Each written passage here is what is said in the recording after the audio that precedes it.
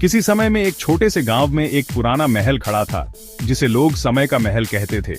यह महल न केवल अपनी वास्तुकला के लिए प्रसिद्ध था, बल्कि इसके भीतर एक रहस्यमयी दर्पण भी था, जिसे समय का दर्पण कहा जाता था।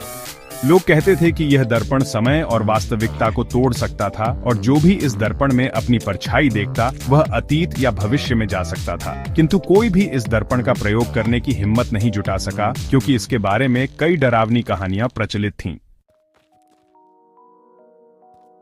किसी दिन एक युवा खोजी नामक लड़का रवि उस गांव में आया। वह एक वैज्ञानिक था जो समय यात्रा पर शोध कर रहा था। उसने समय के दर्पण के बारे में सुना था और वह इसका रहस्य जानने के लिए वहां आया। गांव वाले उसे दर्पण के पास जाने से रोकते रहे, लेकिन रवि ने उनकी चेतावनी को नजरअंदाज कर दिया। उसे विश्वास था कि यह केवल एक अफवाह है और विज्ञान ही इसका सही उत्तर दे सकता है। रवि महल के भीतर पहुंचा और उसने वह अद्भुत दर्पण देखा। दर्पण के सामने खड़ा होकर उसने अपनी छवि देखी, लेकिन अचानक दर्पण में एक हलचल हुई। वह खुद को अतीत में खड़ा हुआ महसूस करने लगा। वह न जाने कब और कहां था, लेकिन उसने पाया कि वह एक प्राचीन युद्ध के दृश्य में आ गया था। चारों ओर सैनिकों की हलचल थी, तलवारों की झनकार सुनाई दे रही थी, और रवि खुद को एक योद्धा के रूप में देख रहा था। उसे यकीन ही नहीं हो रहा था कि यह क्या हो रहा था। उसने दर्पण से हटने की कोशिश की, लेकिन वह कहीं नहीं जा सका। जैसे ही वह दर्पण के पास गया, उसने महसूस किया कि समय उससे खेल रहा था। कभी वह भविष्य में होता, जहां की तकनीकी दुनिया उसकी कल्पनाओं से कहीं अधिक विकसित थी, और कभी वह अतीत में होता, जहां उसे पुराने समय की चुनौतियों का सामना करना पड़ता। रवि को यह समझने में वक्त लगा कि वह केवल एक यात्रा नहीं कर रहा था, बल्कि समय के अंधेरे गुफाओं में फंसा हुआ था। उसने महसूस किया कि समय एक स्थिर और अपरिवर्तनीय चीज नहीं है, बल्कि यह बहुत लचीला है, और इसे समझने के लिए किसी गहरे ज्ञान की आवश्यकता है।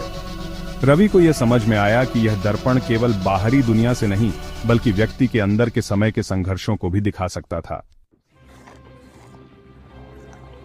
रवि ने कई दिनों तक समय के विभिन्न कालखंडों में घूमते हुए कई चुनौतियां झेली। उसने युद्धों में भाग लिया, भविष्य की दुनिया में होशियारी से काम किया, और पुराने समय की कठिनाइयों का सामना किया। लेकिन एक दिन वह एक ऐसे स्थान पर पहुंचा जो अतीत और भविष्य के बीच का एक मिला-जुला समय था। यहां समय की धाराओं में कोई स्पष्टता नहीं थी। रवि ने महसूस किया कि यह स्थिति उसे दर्पण की शक्ति को समझने का सही अवसर दे रही थी। उसे यह समझ में आ गया कि समय के साथ खेलते हुए व्यक्ति को अपनी अंतरात्मा और इच्छाओं को संतुलित करना जरूरी है। उसके डर और इच्छाएं समय के साथ उसे और उलझा रही थीं, लेकिन जैसे ही उसने अपनी इच्छाओं और भय को समझा और स्वीकार किया, वह दर्पण से बाहर निकल आया। दर्पण से बाहर आते ही रवि ने महसूस किया कि वह वही महल में वापस लौट आया था, लेकिन समय का ध्यान रखते हुए उसे एहसास हुआ कि बाहर की दुनिया में कितने ही साल बदल चुके थे। रवि ने पाया कि वह पहले से कहीं अधिक समझदार और परिपक्व हो चुका था। उसने महसूस किया कि समय केवल एक बाहरी शक्ति नहीं है, बल्कि यह हमारी अंतरात्मा और मानसिकता का हिस्सा भी है। उसकी खोज अब समाप्त हो चुकी थी, लेकिन उसे यह सिखाया गया था कि समय में बदलाव केवल बाहरी घटनाओं का परिणाम नहीं होता, बल्कि यह हमारे अंदर की सोच और अनुभवों पर भी निर्भर करता है।